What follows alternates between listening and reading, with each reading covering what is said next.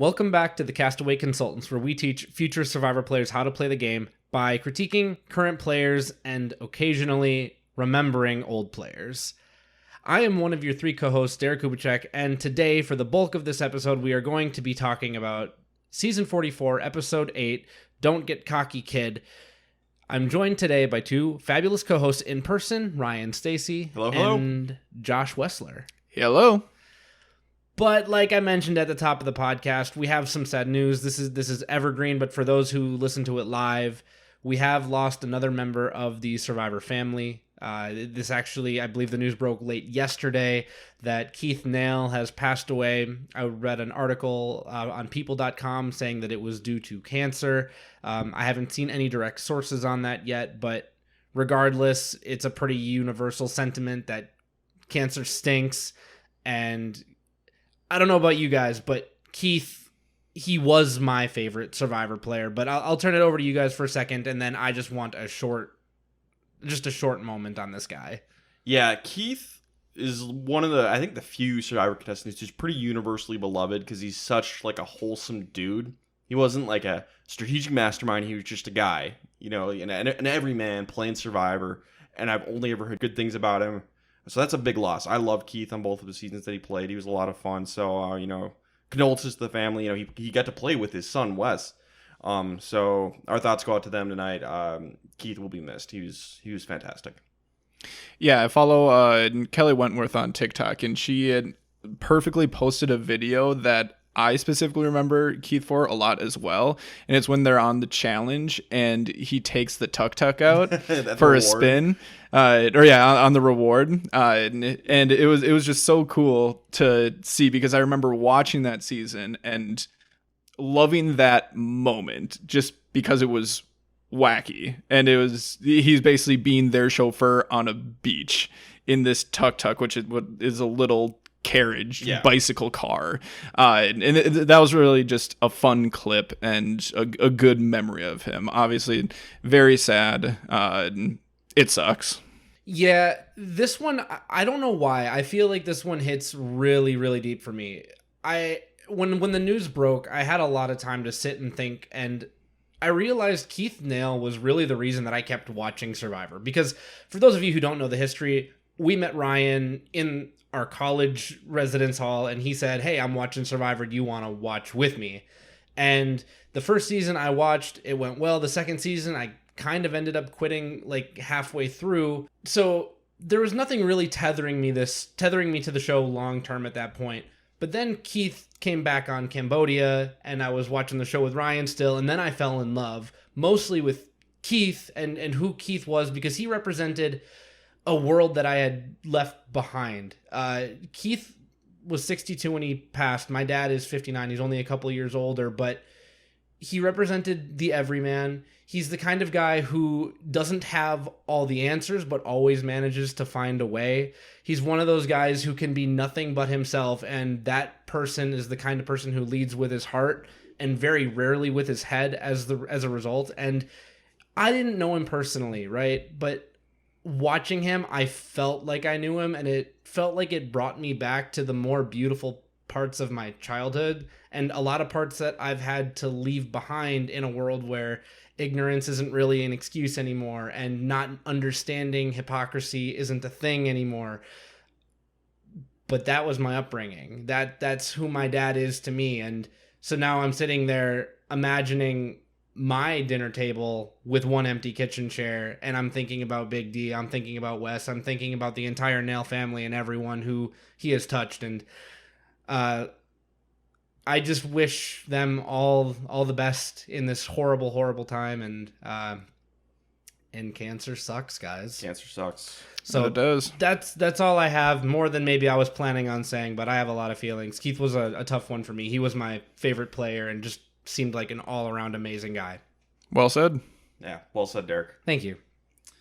Well, there's no easy way to transition. Segues are weird, right? Yeah, to go from heartbreaking news to a silly game show, but we're going to do our best. You know what we're going to do? We're going to stick to the plan. Thank you, Josh. We'll stick to the plan and get back to Don't Get Cocky Kid, which is the 8th episode of Survivor 44. Breath of fresh air after last week's crapshoot. This was a normal episode. Probably too much time spent at the challenge, not enough on the strategy, but this was a solid episode.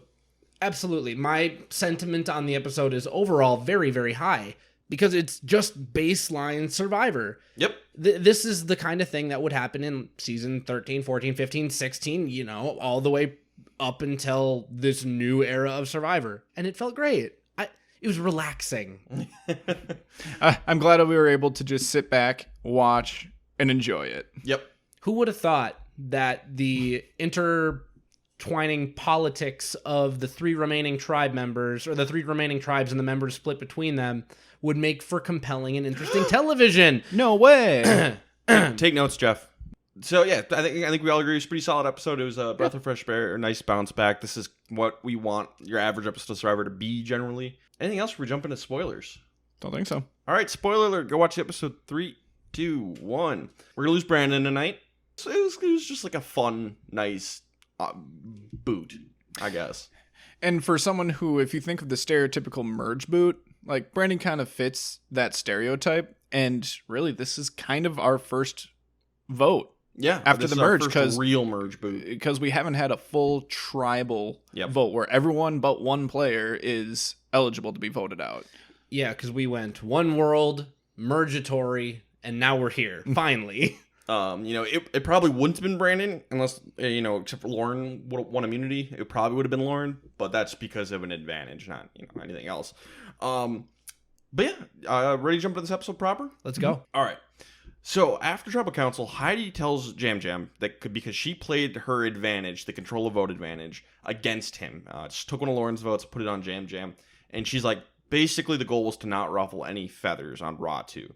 Which is kind of like, you could have just not played it. Yeah. Which is what we advocated for on this podcast last week. If you didn't want to ruffle feathers, just burn it. So I'm wondering if she was required to play it. And then I would have been like, no. What if I don't? Producers. Either this is a bad lie or she was required to play it. Yeah. Future contestants, I'm going to give a piece of advice.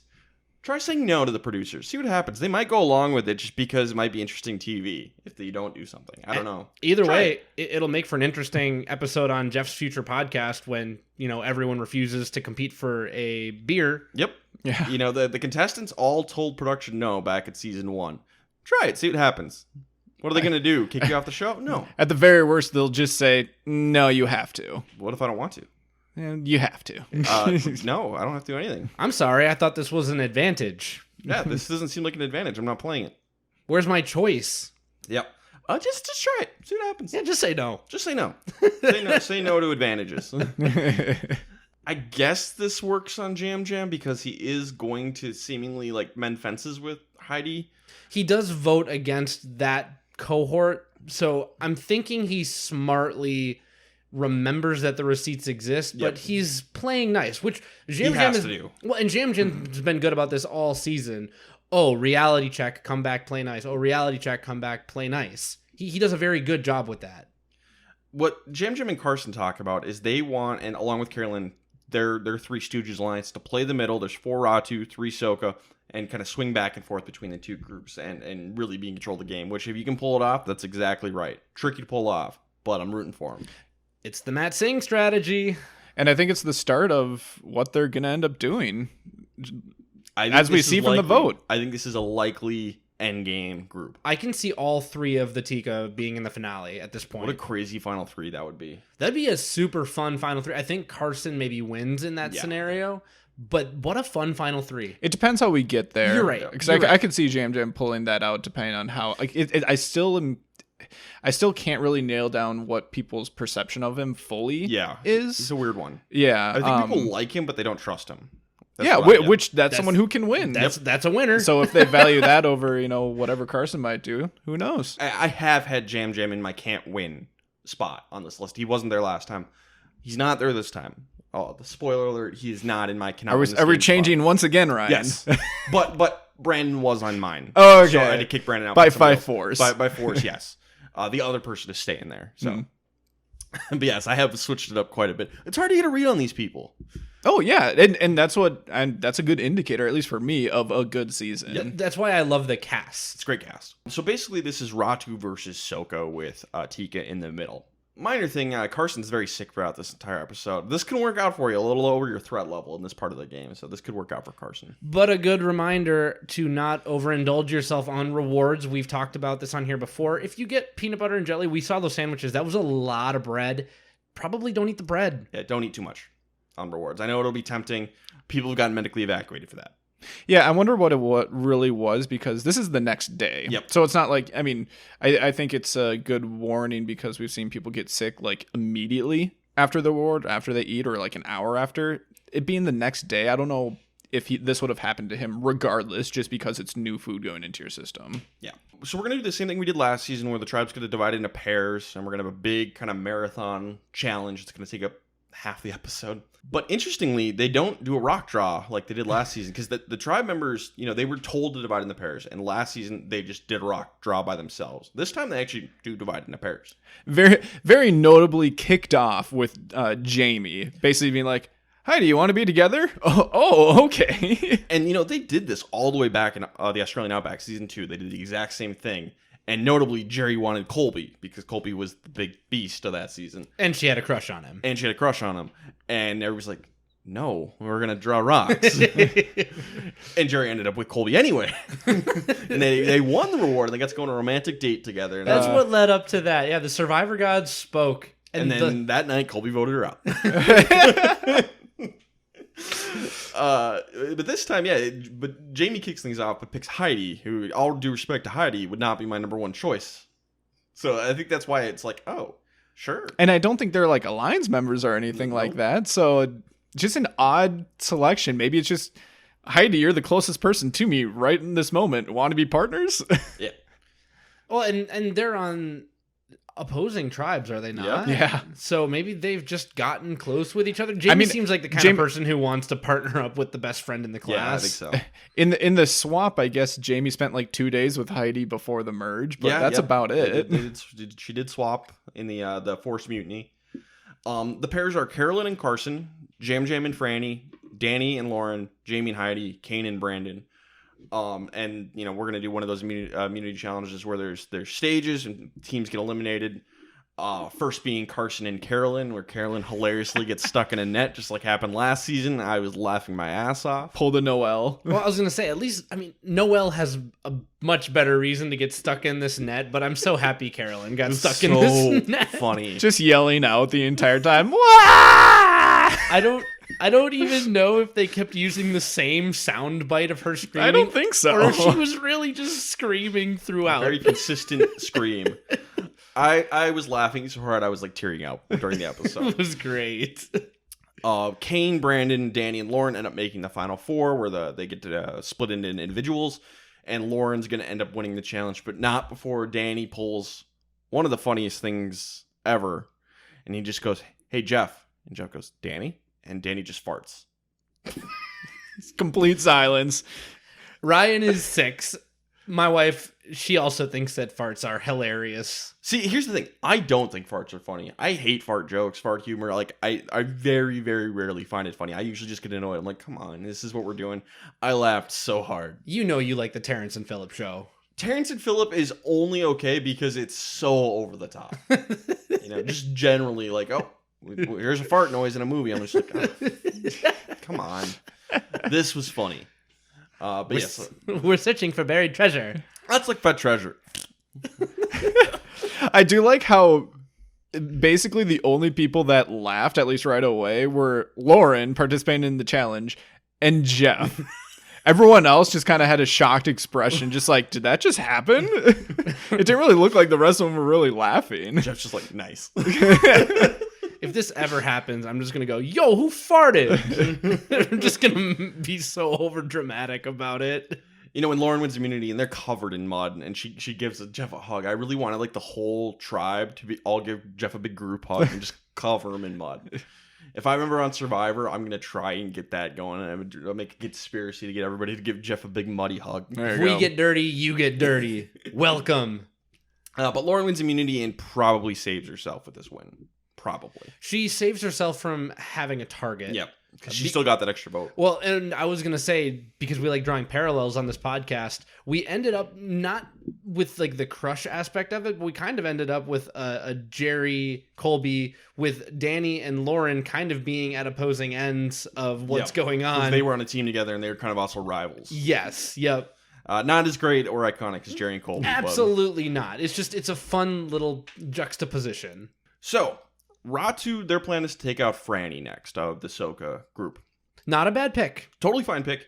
Probably the best player of that group. They want to bring in Tika.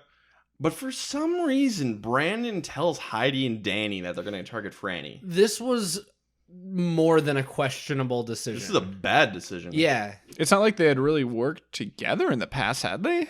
No. Why would you tell Heidi and Danny that is their alliance member? Yeah. Why would you do that in this era of Survivor? Unless he really just thought that it was essentially Matt and Franny against the world, and he just thinks that everyone just wants to finish that off here. Like, that's the only thing I can think of. You can do that and then actually vote for Danny instead, and you can be like, I think we're going to get rid of Franny and just try and fake him out. But no, this was the real plan. This is the worst move of the episode. Brandon's going to go home tonight. I would have given Brandon worst player of the episode, but we can't. But this is terrible. Mm-hmm. Yeah, it's hard because we also just found out that apparently Jamie and Heidi remain really, really close. Would Jamie have kept her mouth shut? I don't know. Maybe that was the reason she got pulled in on the beach anyway. But what we saw is what we saw. We saw Brandon divulging too much information. Yep.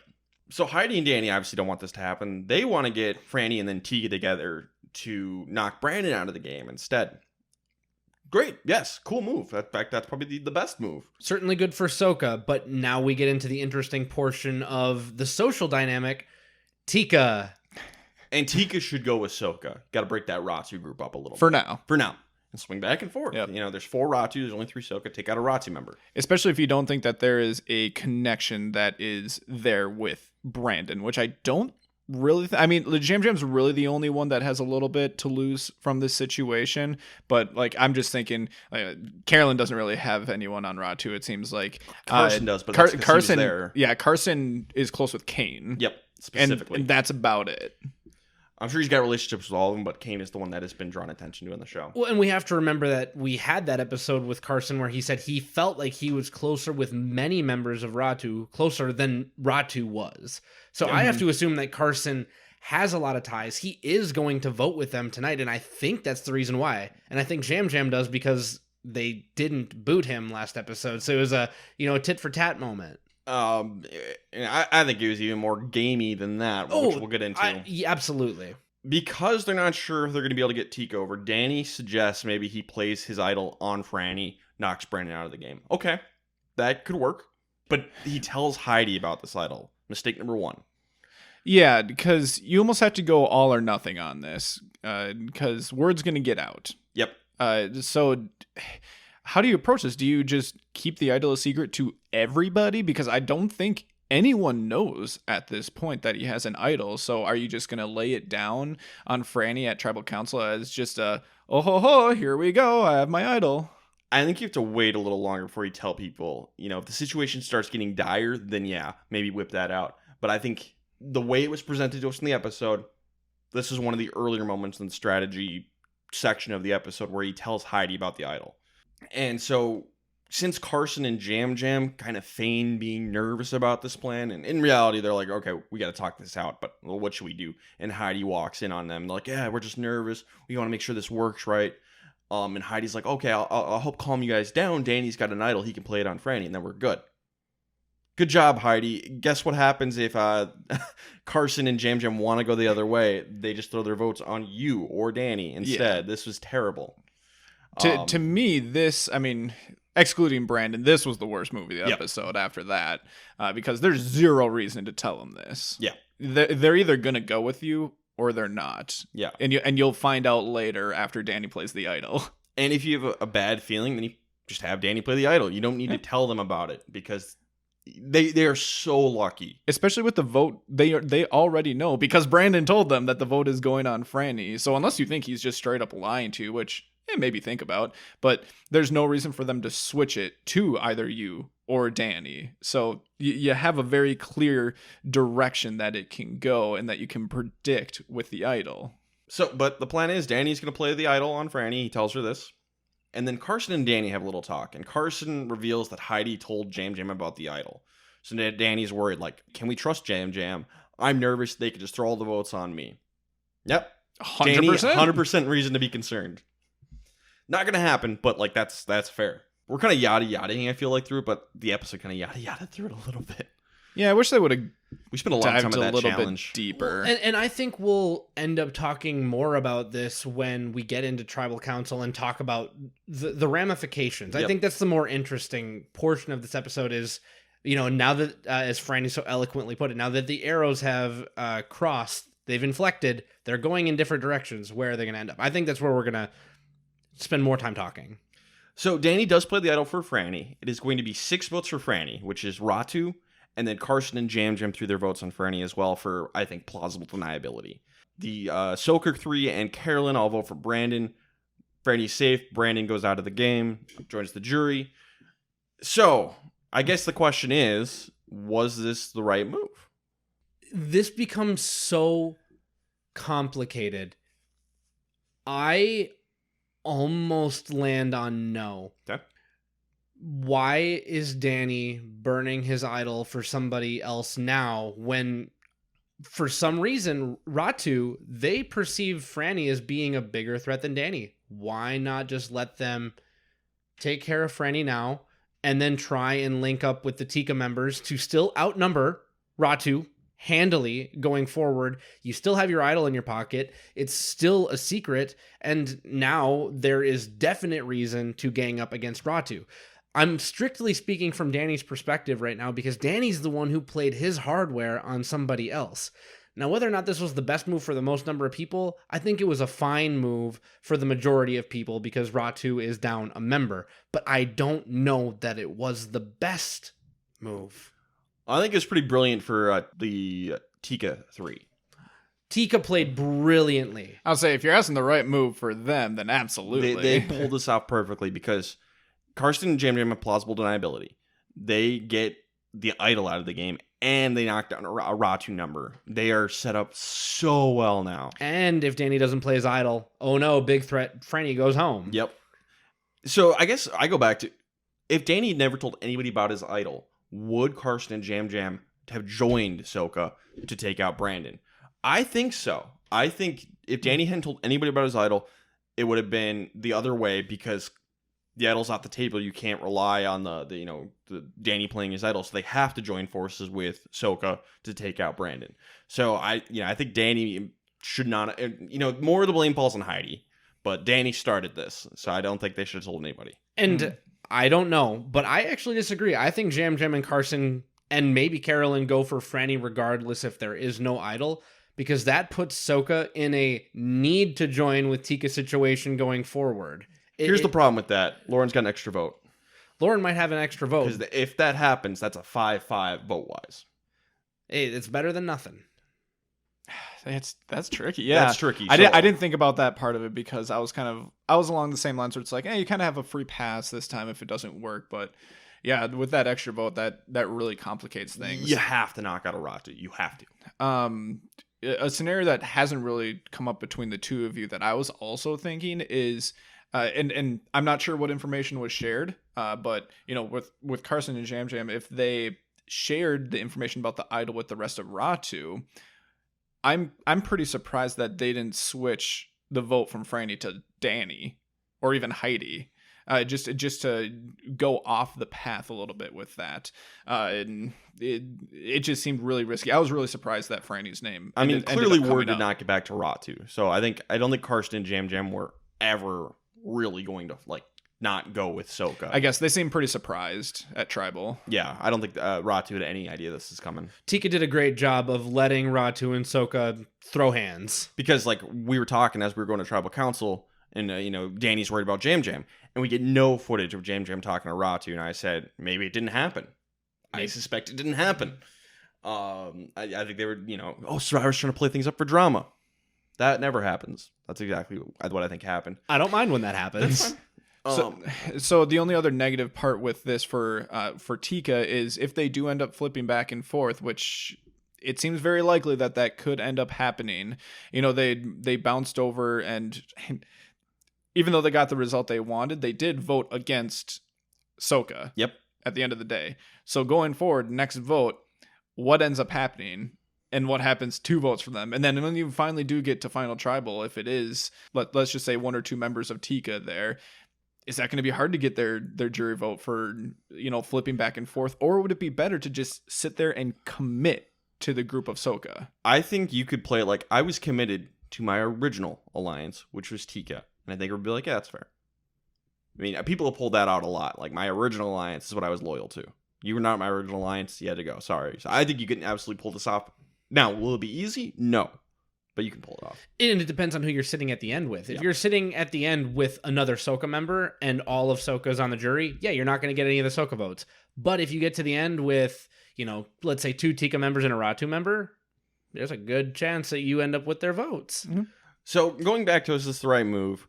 I don't think everybody played optimally. I think the right person went home. But I think if everyone had done their best, the idol would not have been played, and Carson and Jam Jam would have joined with Sokka to take out Brandon if everyone had played the best they could have. So I do think the right person went home. I just don't think the idol should have been necessary to make that happen. And I didn't talk about this earlier. I think the reason Danny decided to tell anybody, I know just Heidi truly, about the idol, is because he tried to do the thing where you use the influence of the idol to force a vote, and then you still have it for another one. So it's like having 2 idols.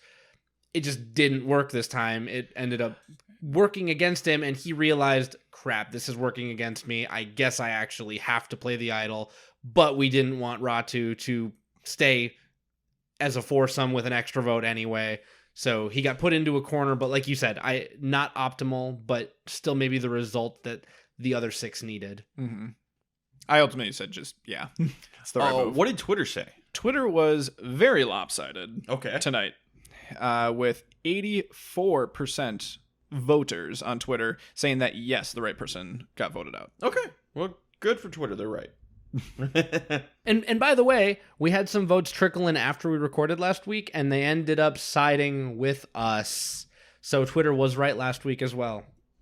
Yeah, because that was a really split decision at the time. Like I said, it was only like 1 or 2 votes difference, and by the end of us actually recording and the night wrapping up, flipped the other way. Okay, let's get into best and worst player of the episode, huh? Derek, start us off. Who do you got for best? I had Jam Jam for best because I think the Tika 3 did amazingly here. Carolyn didn't get a lot to do in this episode, so it was ultimately between Jam Jam and Carson because they're the only ones who can come out of this very fascinating situation without being flat-footed, without being dirty, without being seen as backstabbers or traitors or anything like that. And I think that Jam Jam, the way that the edit sold it with him was the best. And also Carson was a little bit sick this episode. And also Carson was the one who went to Danny and said, yeah, Heidi told Jam Jam about the idol. Again, Carson, he ended up doing the same thing with Brandon earlier this season where he's kind of like, oh yeah, I'm divulging information that maybe I shouldn't be divulging. So Carson being a little loose-lipped leads me to leaning Jam Jam. Josh? Yeah, I think it has to come from someone on Tika, and Carolyn didn't really have much, and I'd pick Jam Jam over Carson, so I'm going to go with him, but I will give an honorable mention to Danny. I know that, ideally he wouldn't be playing his idol here, but it is the first successful idol play since... David versus Goliath. Davion Christian. So it's been a while, so I got to give him credit for that. Successful idol play on playing it on somebody else. Yes. Yeah. Because Brandon did it earlier this season. Sorry. Yes. And then I noticed Brandon, he saved himself an idol in episode 1, went home because of an idol in this episode, lived by the idol, die by the idol.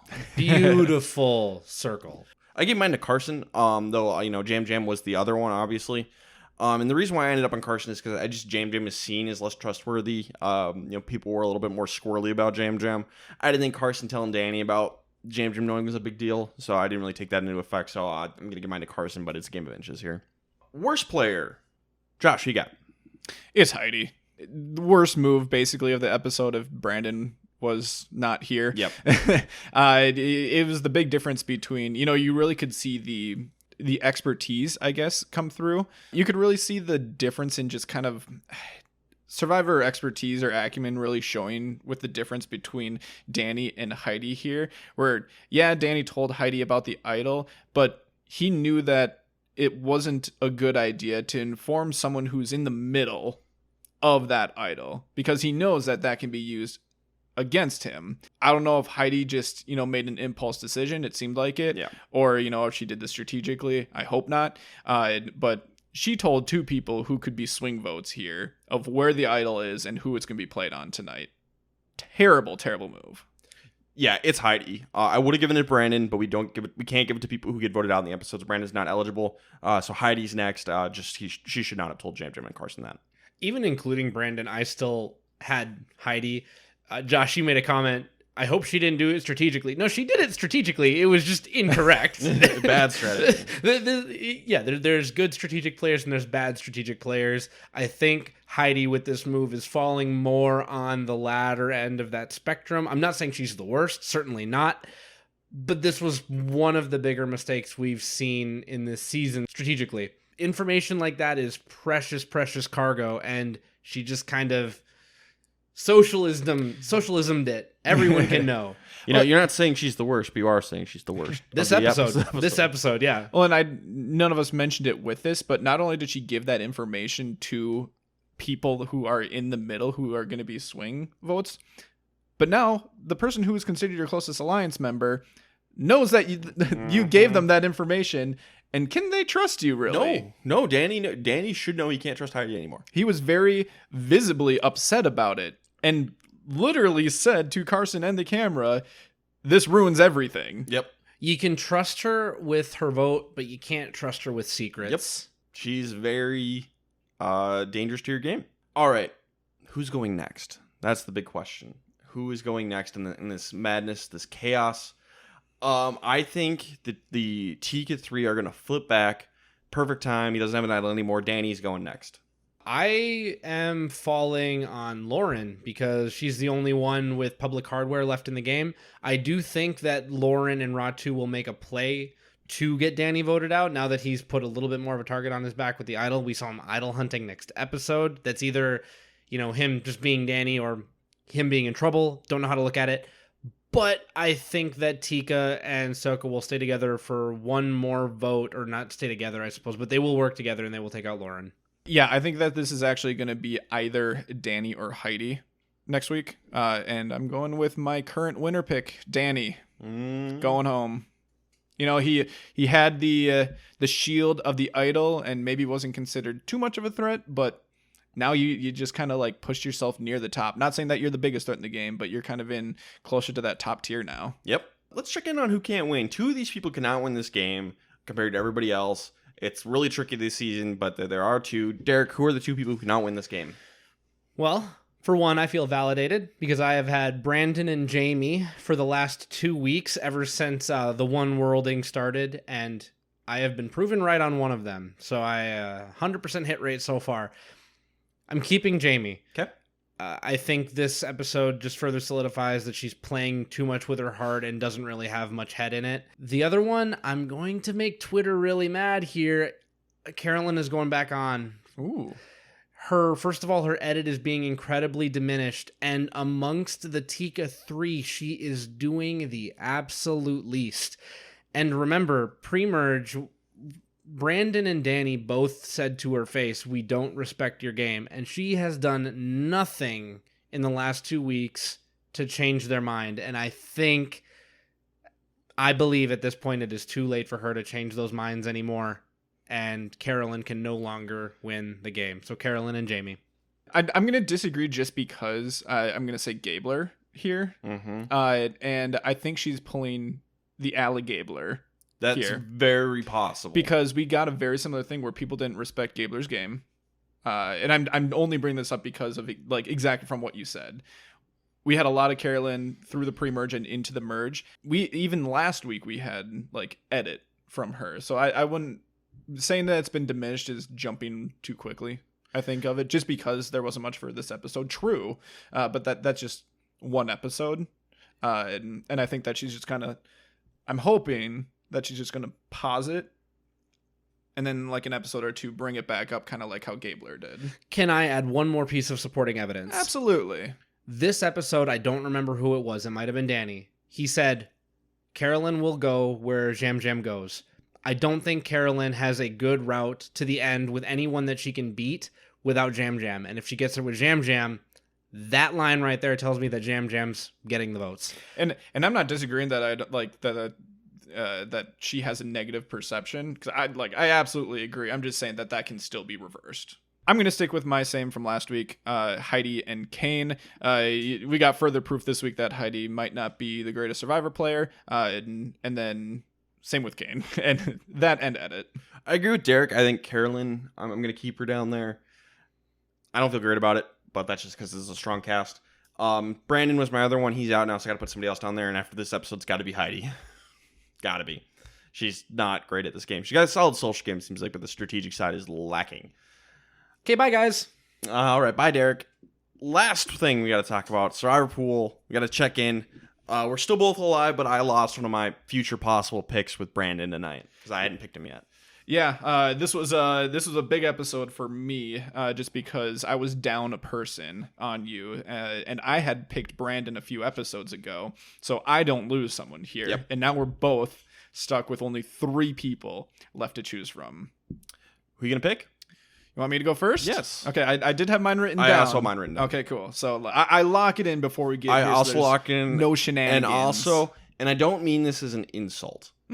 I don't care about what you think on this. Like, I don't care what you do. That's fair. Like, I'm doing what I'm doing. Even though I won last season. Yes, but I will succeed and fail on my own. I don't, if Derek is still in the game, it doesn't matter. He's in this pool. I don't care what you do. I don't care. I respect it.